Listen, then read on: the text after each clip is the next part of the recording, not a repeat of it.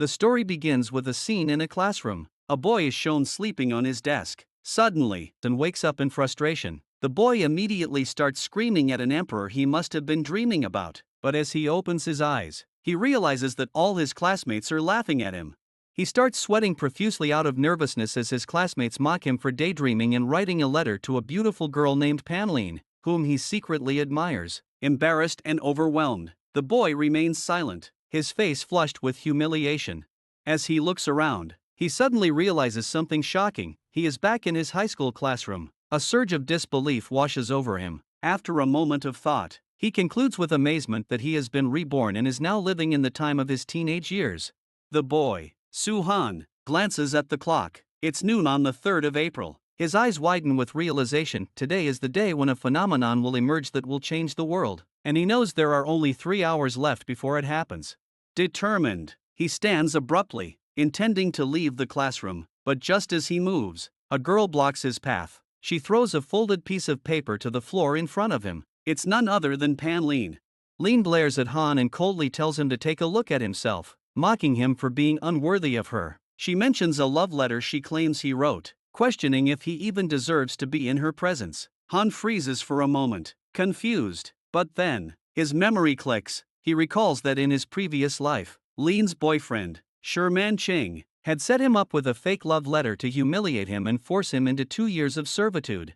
However, this time, Han is no longer afraid of anyone. He straightens up, his eyes blazing with confidence. "Take a look at yourself first," he says sharply. "You're just a stinky fox." The entire class gasps in shock. This isn't the Su-han they know. His boldness leaves them stunned. Whispers fill the room as everyone wonders if he has lost his mind. They eagerly anticipate the inevitable confrontation when Ching arrives. Leen, visibly flustered and shaken, stammers, "What are you talking about?" But before Han can respond, the classroom door swings open. A tall, handsome boy strides in, exuding confidence and a smug grin. It's Sherman Ching. Leen immediately clings to Ching, wrapping herself around his torso, and whines, "Han called me a stinky fox. Teach him a lesson." Ching chuckles, his gaze locking on Han. "I won't let this slide," he says with a dangerous edge to his voice. He steps forward, smirking, and offers Han a final chance.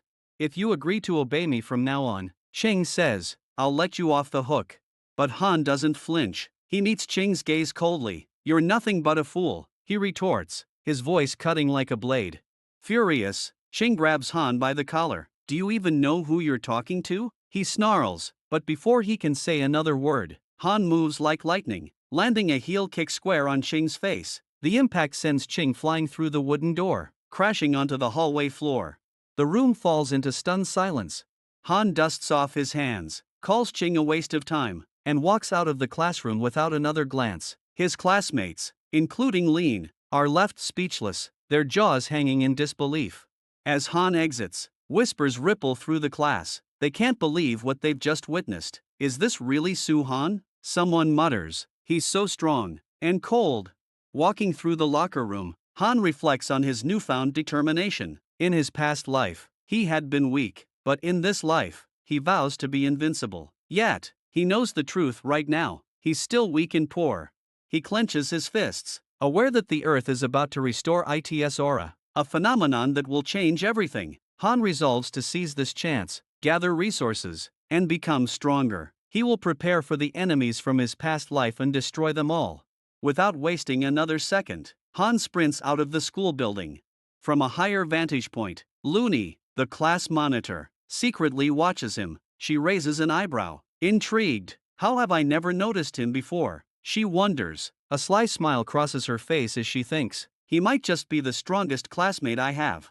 Meanwhile, Han pulls out his phone and dials a familiar number. His hands tremble as the call connects. When the person on the other side picks up, he hesitates for a moment before softly calling her name. La sits in her high school library, her phone vibrating in her hand. She frowns at the unfamiliar number, but something compels her to answer. "Who are you, and how do you know my name?" she asks, her voice filled with confusion and a hint of wariness. On the other end of the line, Han speaks with urgency. "La, listen carefully. This might sound unbelievable, but it's important. I would never hurt you, I promise." La raises an eyebrow. unsure what to make of his tone. Han continues, his voice steady but filled with worry. In the next 2 hours, a massive change will take place in the world. Everything is going to expand by hundreds of kilometers. You need to leave your school immediately and head to the nearest high mountain, Kagwan Mountain. When you get there, wait for the first phase of Reiki recovery to end. Please, trust me. His desperation is palpable. La, I owe you everything. In another time, you saved me, and I will not let you suffer because of me again. On the other side, La stares at her phone, her heart conflicted. The sincerity in his voice makes her pause. She mumbles to herself, he sounds so genuine. Should I trust him? After a few moments of hesitation, she stands up. Kagwan Mountain is an hour away. She decides. Her instincts tell her to believe this stranger. Meanwhile, Han speeds through the streets on his scooter. His mind is fixed on his destination, Han City Park. He remembers it vividly, the place where the most intense awakening occurred. There's an ancient building at the base of the mountain. Han mutters to himself, that's where I'll find the 9-leaf lotus. I won't let the 7 treasures slip through my fingers this time. In his past life, Han had no qualifications to cultivate immortality. He had watched helplessly as powerful forces fought over treasures, leaving destruction and death in their wake. Now, he was determined to rewrite his fate. As he reaches a traffic light, Han taps impatiently on the handlebars, waiting for it to turn green. The seconds stretch endlessly. I can't wait any longer, he growls, revving the scooter and ignoring the red light. Hey, don't cross on red, an old man shouts from the sidewalk. Han glances back briefly but presses forward, the urgency of his mission outweighing everything else. At Han Park, Liang Dasha stands near a towering monument, flanked by 3 men. One of them turns to him, his voice low and skeptical. Dasha, are you sure about this girl? She might not succeed, no matter how skilled she is. Han arrives at the park. One of his men steps forward to intercept the newcomer. Hey, the park's closed for today. Leave, the man barks. Han's frustration boils over. This is a public park. Who the hell is Liang Dasha to close it? The man's expression hardens. He grabs Han by the collar, his voice menacing. Dasha is the richest man in the area. If you value your life, you'll turn around and leave. Han's eyes narrow. Without a word, he grabs the man's hand and applies pressure. The man yelps in pain, pulling back his injured hand. Seeing this, the other 2 men rush at Han, but Han doesn't flinch. You're lucky I'm not at full strength, Han mutters to himself. Despite his weakened body, his self-defense techniques honed in his previous life spring into action. With swift movements, Han grabs one attacker and slams him into the ground. The man's face hits the dirt with a sickening thud. Another attacker lunges, but Han's foot connects with his chin, sending him sprawling. In mere seconds, all 3 men are defeated. Han stands over them, his expression cold. Next time, don't cross someone you don't understand. As he walks away, he glances at the time. The awakening is less than 10 minutes away. Han reaches a stunning waterfall, its roar echoing through the park. He gazes at the surrounding rocks, his eyes scanning for the 9-leaf lotus. It should be here, he murmurs, his heart racing. He remembers the hours he spent researching this plant in his previous life. It had taken him months to find. Han hears voices approaching and turns to see a group of people led by a man. The leader sneers at him, calling him stupid for daring to offend him. Don't even think about escaping, the man warns. The man steps closer, puffing out his chest. I am Liang Shu, he declares arrogantly. Han narrows his eyes, immediately recognizing him. Liang Shu, the name echoes in his mind, triggering memories from his previous life. Han recalls stories of this arrogant man who discovered the 9-leaf lotus and used it to rise to fame as a cultivator. Despite his conceit, Liang Shu had repeatedly saved the city from demonic beasts. In the end, he had sacrificed himself in a battle with a foreign cultivator, leaving the entire city to mourn his loss. Liang Shu pokes Han in the chest, his tone condescending. Are you the fool who dared to cross me? Han doesn't respond. Instead, he grabs Liang by the cheeks, moving his face side to side as if inspecting him. Are you the real Liang Shu? Han mutters, more to himself than anyone else. You don't even look like a hero. Liang pulls away, clearly flustered. His voice rises as he rants like an offended child. Are you mocking me? How dare you speak to me this way? One of Liang's lackeys steps forward. Should we kill him? He's already offended you. Han glances at the time. It's almost time, he whispers. Suddenly, The sky darkens as lightning strikes, and thunder rolls. The atmosphere grows heavy, and the ground trembles beneath them. The rocks around the waterfall begin to collapse. Liang Shu looks around, his arrogance giving way to shock. What's happening? The people with him panic, screaming for Liang to run, but he doesn't move, frozen as he watches the waterfall collapse before his eyes. Han, on the other hand, stands firm, his hand over his chest. He feels it, the restoration of the world's aura has begun. The first phase of recovery is underway. Han's thoughts race. This is it, the beginning of chaos. Millions will die, but for a few, this is the chance to awaken their cultivation. He also knows that rare Lingbao medicine will start appearing, giving those fortunate enough to find it a significant advantage. Liang grabs Han's arm. Are you stupid? We need to leave. This place is dangerous, he shouts. Han shrugs him off effortlessly. Stepping forward without hesitation, he leaps onto a rock, then another, scaling the waterfall with ninja-like agility. Liang watches in stunned silence. What is he doing? He mutters, disbelief etched across his face. Suddenly, a massive, dragon-like creature appears in the darkened sky. Liang's shock turns to terror as he stares at it. Is this the end of the world? He whispers. Meanwhile, Han reaches the top of the waterfall. He spots a massive tree in the distance, its aura overwhelming. At the base of the tree lies his target, a vibrant pink 9-leaf lotus. Han approaches the lotus, his heart pounding. So, this is it. The aura began recovering the moment this lotus appeared. He carefully picks the lotus, marveling at its energy. With this, I can finally start my journey to cultivation, he says to himself. Han decides his next destination, Jinshi Canyon, on the outskirts of the city. He knows it will be an essential place for his first phase of cultivation, but as he turns to leave, the lotus starts glowing in his hands. What's happening? Han mutters, his eyes widening. He waits, expecting to feel his cultivation awaken, yet nothing happens. Why can't I sense my dantian? He wonders, frustration creeping in. Determined to understand, Han sits cross-legged on the ground, closing his eyes to focus. Is this my internal strength holding me back? He ponders. A moment later, a golden triangular object appears before him, shining brilliantly. Han's eyes snap open, and he stares at the object in disbelief. It's my lucky day, Han exclaims, recognizing it immediately. He grins, the pieces of his destiny falling into place. I never thought I'd get a second chance. Not only will I reach the realm of the Emperor, but I will also break through to a higher plane. This time, I will fulfill my vendetta and destroy the 9 heavenly kings. Their thrones will be mine. Sitting in the park, holding the glowing object, Han reflects on his extraordinary fortune. The regret of his previous life begins to fade as he feels the first stirrings of his cultivation awakening. This is just the beginning. Han's cultivation has automatically risen, and he confidently believes he will be the first person in this new world to awaken his abilities. In his past life, the fastest awakening had taken 3 days, but now, he is far ahead. Suddenly, his eyes catch a glimpse of a strange fruit lying by his side. Picking it up, Han feels the immense aura it exudes.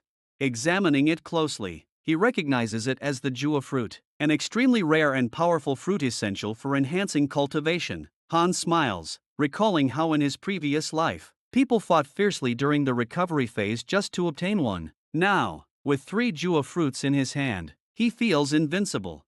With these, I can drastically improve my cultivation, Han says to himself, his confidence surging. He eagerly plans to head to Jinshi Canyon to acquire more sacred objects, believing he already possesses enough strength to confront the members of the Shoshan family. Moments later, Liang Shu climbs to the top of the waterfall, panting and visibly shaken. Han, he calls out, his voice trembling. The world, it's in chaos. Mountains are rising from the ground. Dragons are flying in the sky. What's happening? Han listens in silence, his gaze fixed on Liang. After a moment, Han hands the 9-leaf lotus to him. Take this, Han says calmly. Start cultivating with it immediately. Liang stares at him in disbelief. Why are you giving this to me?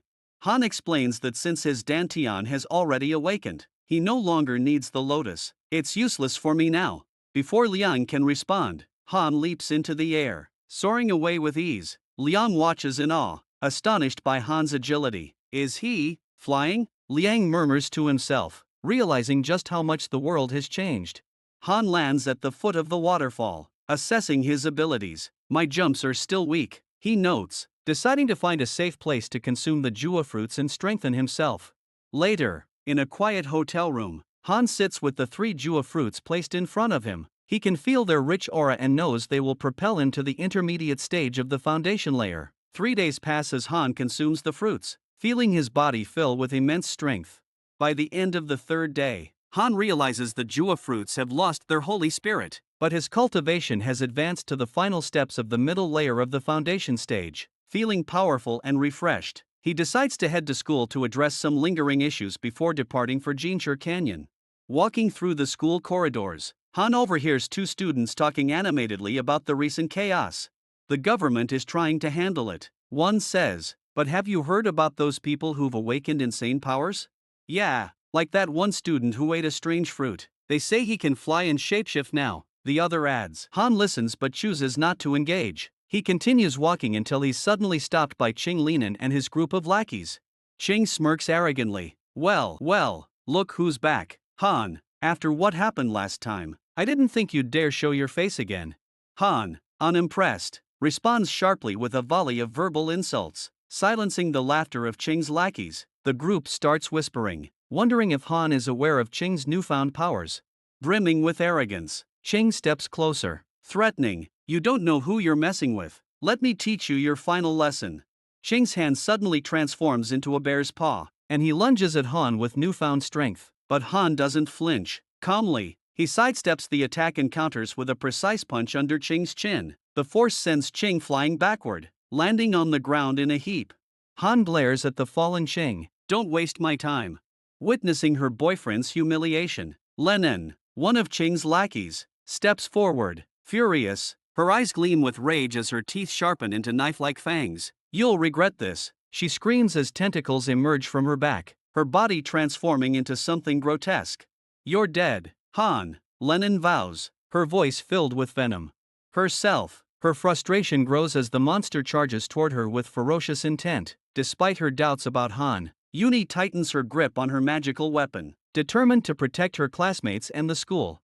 As Uni battles the monster, Lennon, standing with Ching, mocks Han with a venomous laugh. "Look at that, running away like a coward, just what I expected," she sneers.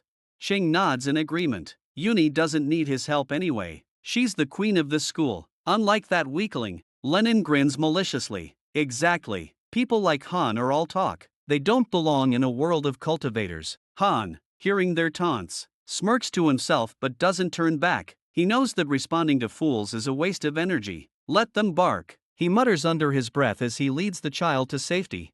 Walking through the chaotic schoolyard, Han thinks about how people often misjudge strength. Uni has potential, he acknowledges, but she's too impulsive. Strength without wisdom is just recklessness. He glances at the little girl holding his hand, her eyes filled with fear but also admiration for Uni. She's brave for stepping up, Han thinks, but bravery without experience is dangerous. He reassures the child again. "Don't worry, Uni is strong. She'll protect everyone." The little girl nods, her tears beginning to dry. Meanwhile, Uni continues her fight against the monster. Her weapon gleams with energy as she strikes repeatedly, but her lack of familiarity with its power hinders her movements. The monster's roars grow louder, its tentacles thrashing wildly and destroying the ground around them.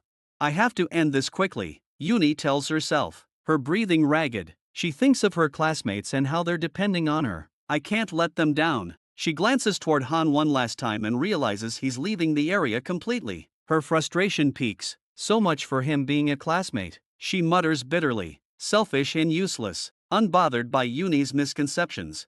Han has arrived at the Jinji Canyon, but he doesn't seem too happy to be there. His eyes scan the area, and he notices a huge crowd gathered in front of him. He wonders what's going on. In his previous life, only 2 families were aware of the treasure hidden in the Jingshur Canyon.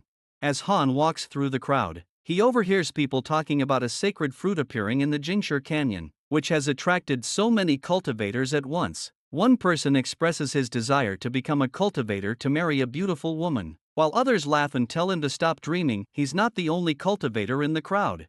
Han continues walking when suddenly, Ling Shu appears, his face lighting up with excitement. He grabs Han's hand and exclaims in disbelief, "I thought I'd never see you again." Han, unfazed, asks if Ling has absorbed the 9-leaf lotus flow. Ling replies, beaming with pride, that after taking the lotus flow, he can now absorb the aura of heaven and earth. He continues, saying Han is a very good person, and that he understood the importance of the fruit after their incident together. Ling, with admiration, adds that he admires Han so much because Han gave him the fruit so easily, a fruit valued at hundreds of millions of dollars, capable of helping people awaken their cultivation. Han interrupts, his tone cold, telling Ling to stop praising him. He demands that Ling explain what's happening at the Jingshi Canyon. Ling Shu eagerly explains that someone posted news about monsters and a treasure appearing at the Jingshi Canyon, which caught the attention of so many people. Han, frowning, asks why that person didn't seize the opportunity to benefit from it themselves, instead of sharing it with the world. Han's mind starts to race, his prediction of changing destiny might be coming true. A woman in the crowd catches Han's attention. He thinks she looks like Luji, a member of the Lu family. Han also notices two men standing some distance away from Luji and wonders, are they Fong Ganzi and Fong Zhenyu from the Fong family? He remembers hearing that these two are cultivation geniuses who started cultivating before the aura awakening even occurred. As Luji walks through the crowd, people greet her with respect, and Ling Shu tells Han that, according to the people, the Lu family is the most powerful in Nan City. He says their strength is far greater than people like them, the common folk. Ling Shu mentions that Luji is also a genius cultivator, and when the aura awakening began, her family recruited many capable cultivators due to their business ties with the Lu family. Ling asks Han if he would like to join them, but Han coldly refuses, his tone sharp as he starts to walk away. Ling Shu tries to stop him, but Ling Lin and Qing are having a slight argument. Ling Lin tells Qing that Luji sees him as just a classmate and doesn't even care about him. She accuses him of trying to suck up to her because he's aware of her identity. Qing, stubbornly, claims that he and his girlfriend will follow Luji, but he points out that despite being classmates, Luji has a very different personality from them. He then demands Ling Lin apologize to Luji. Han looks at them both and calls them idiots. Ling Shu bursts into laughter, drawing everyone's attention. He quickly apologizes for not controlling his laughter, then tells Han he finds him hilarious whenever people respect Luji. Han just calls them idiots and never fails to entertain him.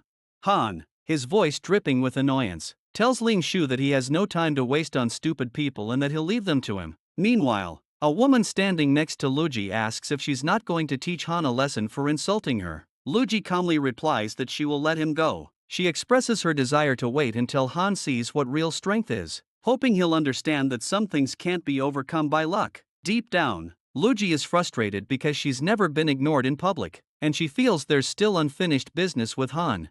Suddenly, Fong Zhenyu approaches Yunzi, his voice dripping with contempt, and tells her not to be angry. He thinks Han is just a cockroach who doesn't even know how high he's flying. He offers to help her kill Han once they enter the mountain, but Yunzi coldly refuses, telling him that he doesn't need to. Watching her leave, Zhenyu sneers to himself, filled with arrogance, thinking, she should wait until I get the holy treasure. Then, she'll kneel before me. Zhenyu turns to Uncle Lu and asks about the plan regarding the sacred treasure. Uncle Lu responds with a tone of confidence, informing Zhenyu that everything has been taken care of by Fong Ganzi and the entire family. He assures Zhenyu that the sacred treasure in the Jingshi Canyon is perfect for him.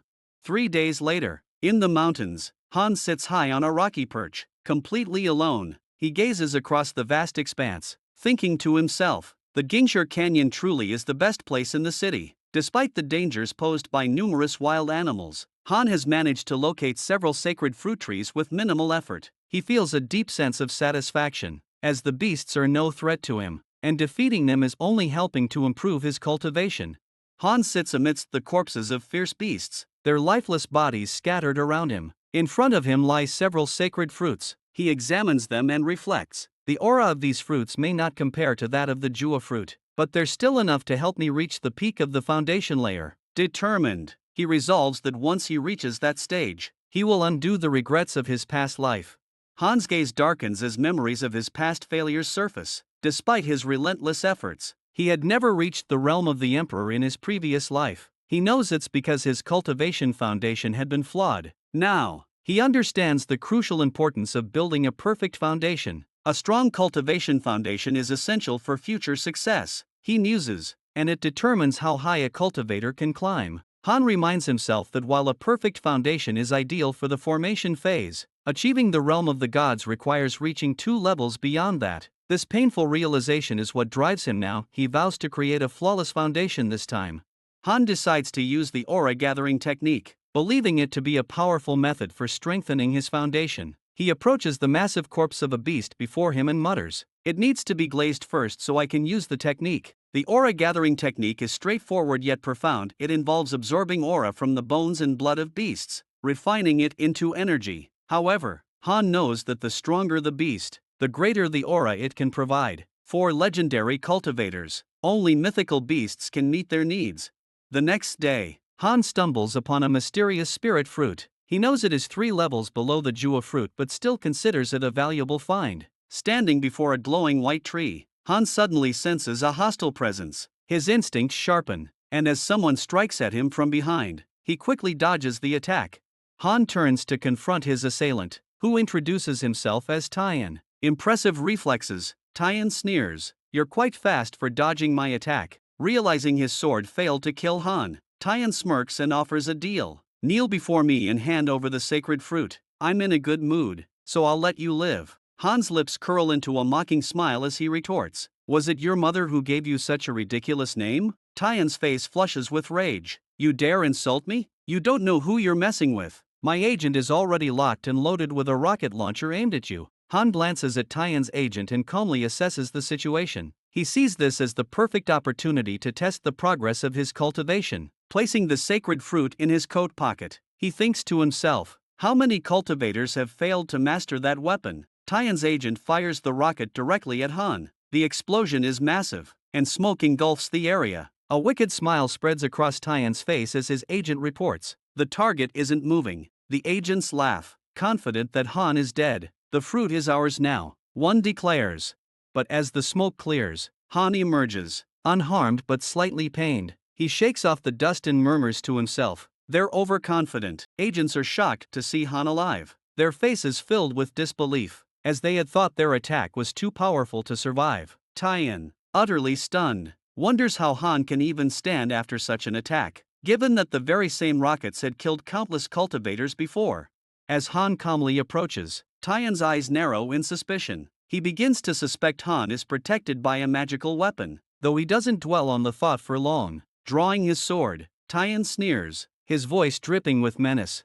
"This is no ordinary weapon," Tyan declares, "but I will spare you if you hand over your magical protection."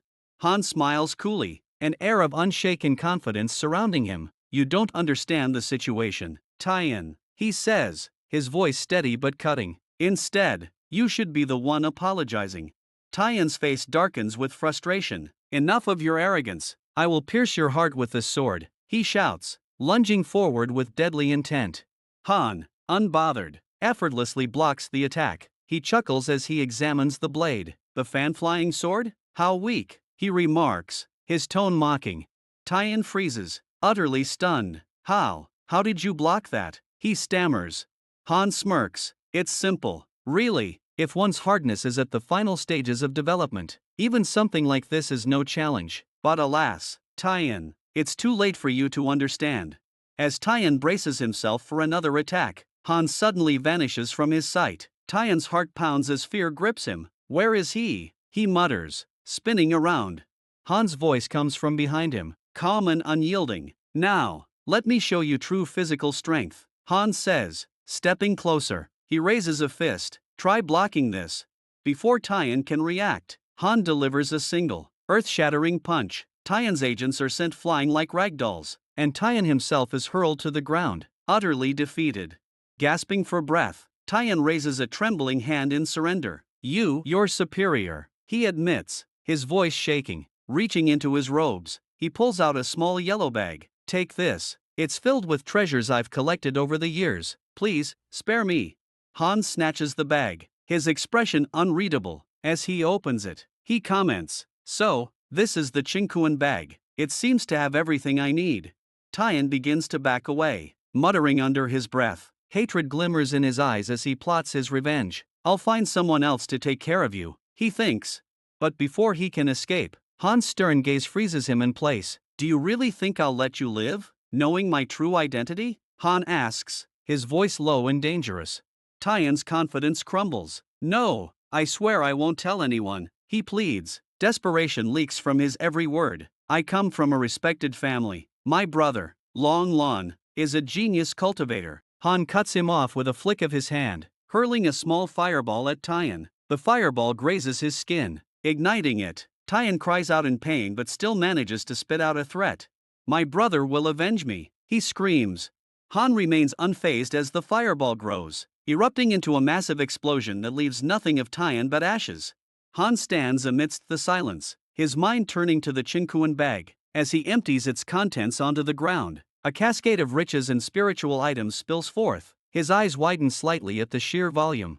So much treasure, Han murmurs, shaking his head. How many lives did Tyan take to amass this fortune, only for it to fall into my hands so effortlessly? As he inspects the items, a purple glass bottle catches his attention. Picking it up, Han's curiosity peaks. Could it be? He whispers, opening the bottle.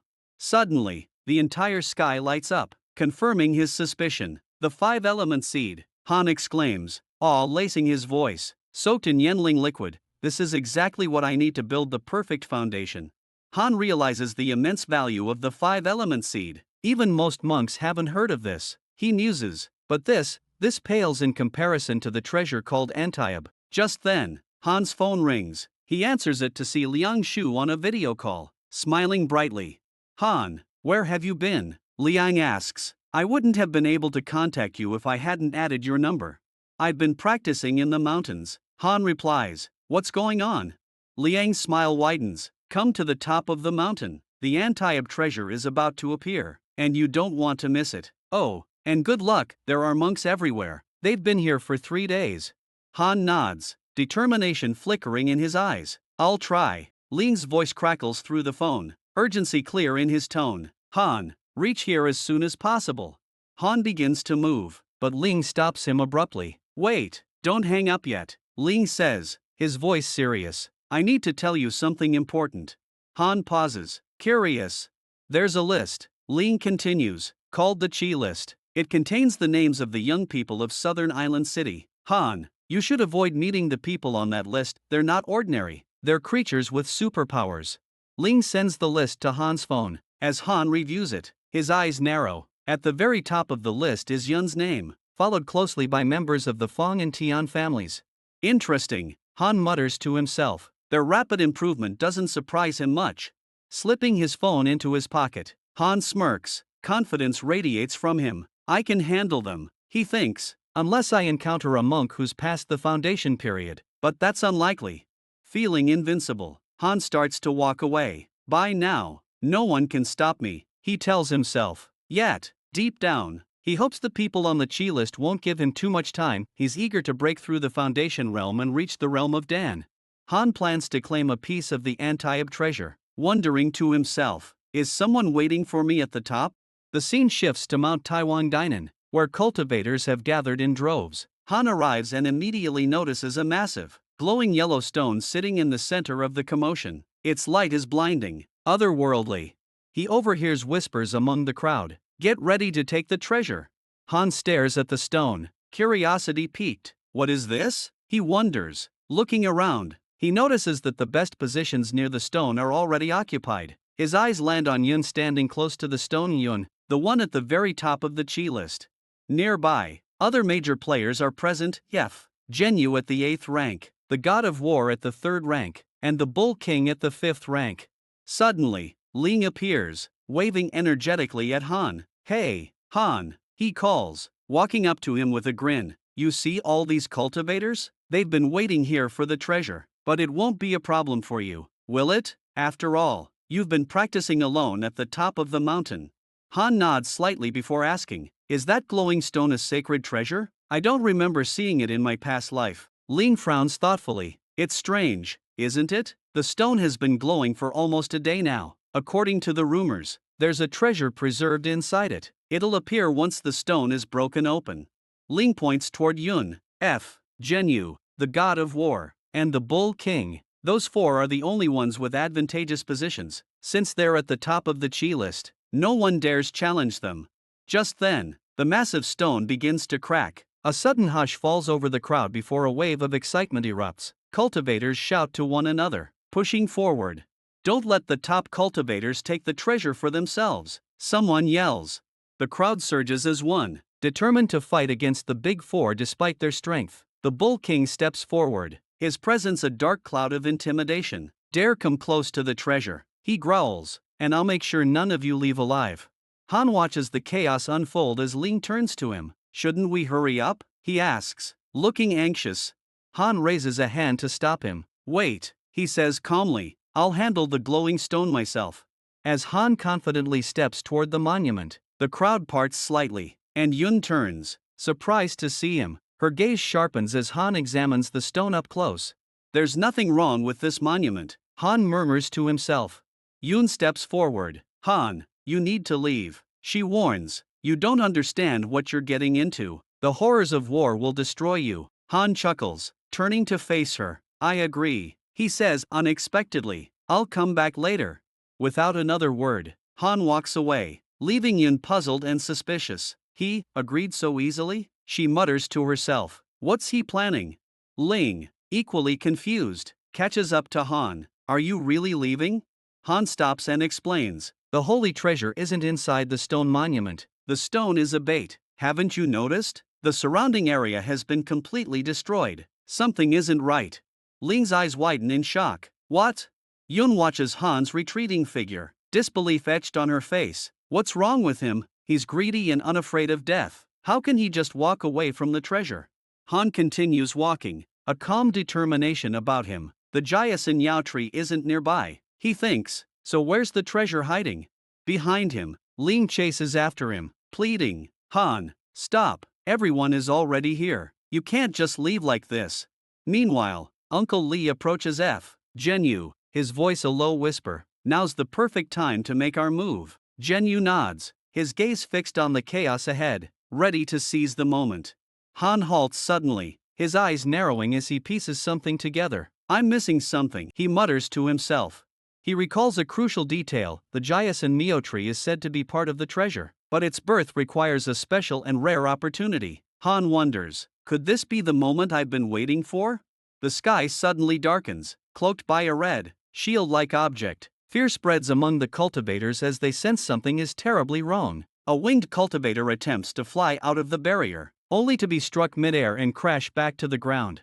We're trapped inside this barrier, he exclaims, his voice trembling.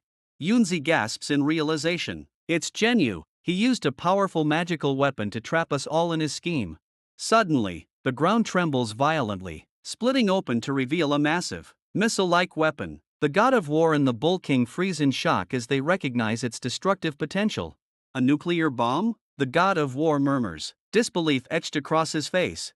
Han's sharp eyes take in the weapon. It all clicks. The stone monument was a ruse, designed to lure every cultivator here. The barrier traps them inside, and now the nuclear bomb will ensure no one survives. This is all Zhenyu's doing, Han thinks grimly. The Jiasun Mio tree requires a tremendous amount of blood to emerge. That's why they spread fake rumors about the treasure.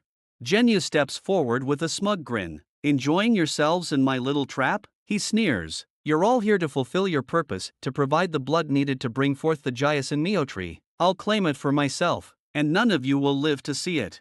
Terrified murmurs ripple through the crowd. The Feng family has gone insane. Someone cries. Cultivators beg for mercy, desperately pleading to be released. Zhenyu's expression darkens. Do you really think I'd let you go? He asks mockingly. The Feng family's magical weapon has already secured my plan. None of you are leaving alive. Gesturing to the nuclear bomb, Zhenyu smirks. This weapon will erase all of you. However, his tone shifts, laced with false kindness. If you swear loyalty to the Feng family and agree to serve us, I might let you live. But decide quickly, you have less than 5 minutes before the bomb detonates.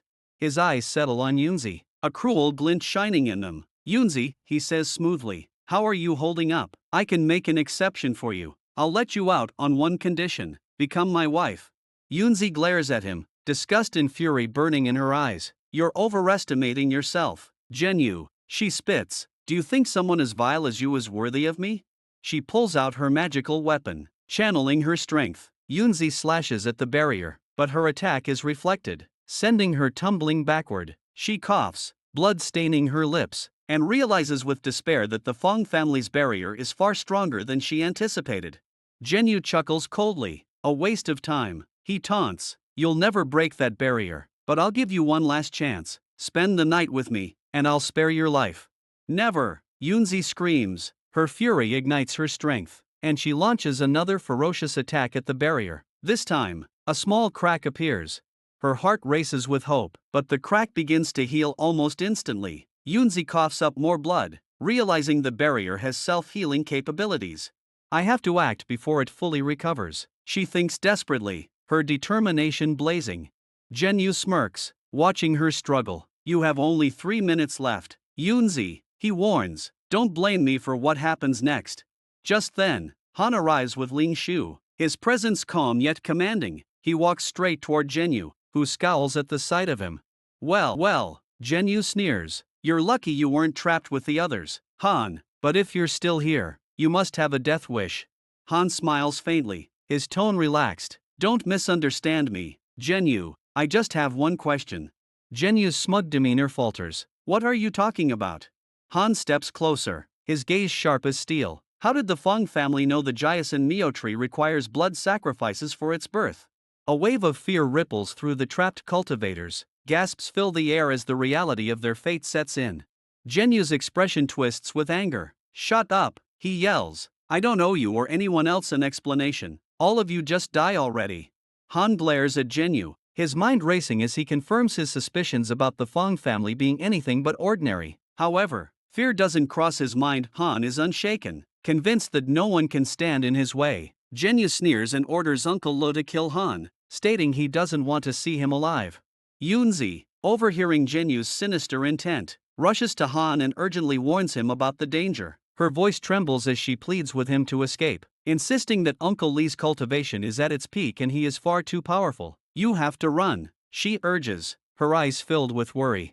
Han smirks and replies coolly, I didn't know the class monitor was paying such close attention to me. Despite her desperation, he assures her, don't worry, nothing is going to happen to me. But Yunzi's voice shakes with emotion. Don't be reckless, Han, this is no time to act brave. Get out of here and get help. Han smiles warmly, nodding slightly, as if agreeing to her request. However, Uncle Le steps forward, his voice dripping with menace. What's it going to be, boy? Will you take your own life, or do you need my assistance? His cold laughter fills the air. Spare yourself the pain, and I'll ensure your body remains intact. Ling Shu, watching the confrontation, suddenly clutches his chest and groans in pain. Han, this old man is too powerful. I can feel his strength, he admits, beads of sweat forming on his forehead.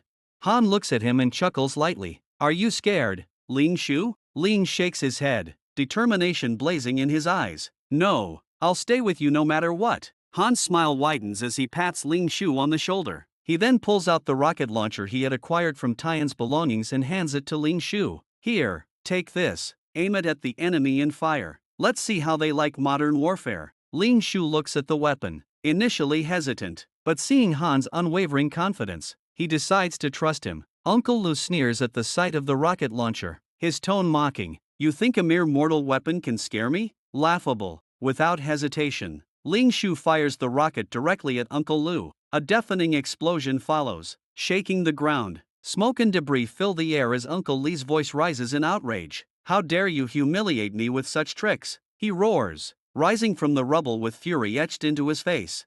Ling Shu doesn't back down. You dare call this humiliation after you used a nuclear weapon against innocent people? He fires another rocket, the explosion even more intense than the last. Uncle Lu, now severely injured, stumbles to his knees, bloodied and disoriented. The cultivators watching are in shock, unable to believe that the fearsome Uncle Lu, who was at the pinnacle of cultivation, could be brought down so easily. Meanwhile, Yunzi stares at Han, her thoughts racing. How on earth did he come up with such a brilliant yet ruthless plan? Zhenyu, seeing Uncle Lu barely clinging to life, lets out an enraged scream. Han, you'll pay for this. I'll make sure you regret ever crossing my family. Before Zhenyu can act, Ling Shu fires yet another rocket, this time directly at him. The explosion sends Zhenyu flying, his face bloodied and his pride shattered. Ling Shu laughs, his confidence growing with each shot. You dare threaten Han? I'll destroy you with these weapons. Genyu's family rushes to his aid, horrified by the sight of their once powerful leader brought to his knees. But Ling Shu shows no mercy, firing rocket after rocket, forcing Genyu and Uncle Lu to the ground. As they struggle to breathe, Ling Shu towers over them and mocks, "Satisfied with the service? Or shall I fire a few more for you?" Genyu, overwhelmed and terrified, shouts in desperation, "Stop, I'm satisfied, please, no more rockets." Meanwhile, the cultivators trapped inside the barrier notice the countdown on the nuclear bomb nearing its final seconds. Panic spreads as they plead for Genyu to deactivate the weapon. Han steps forward, another rocket launcher in hand, and aims it directly at Genyu's face. His voice is calm but carries a deadly edge. "You have 5 seconds to disarm the bomb and release the cultivators. If you don't, you die." Genyu trembles, sweat pouring down his face. "Wait, let me explain," he stammers. Han doesn't flinch, instead stepping closer and shoving Genyu's face into the dirt. "No more excuses, disarm the bomb, now." Terrified, Genyu scrambles to pull out a glowing yellow talisman. He launches it into the sky, and the cultivators watch in awe as the magical barrier begins to dissolve. The trapped cultivators erupt in cheers of relief as the countdown halts, and the barrier finally disappears. Han steps back, his cold gaze fixed on Genyu. "That's better, don't make me count again."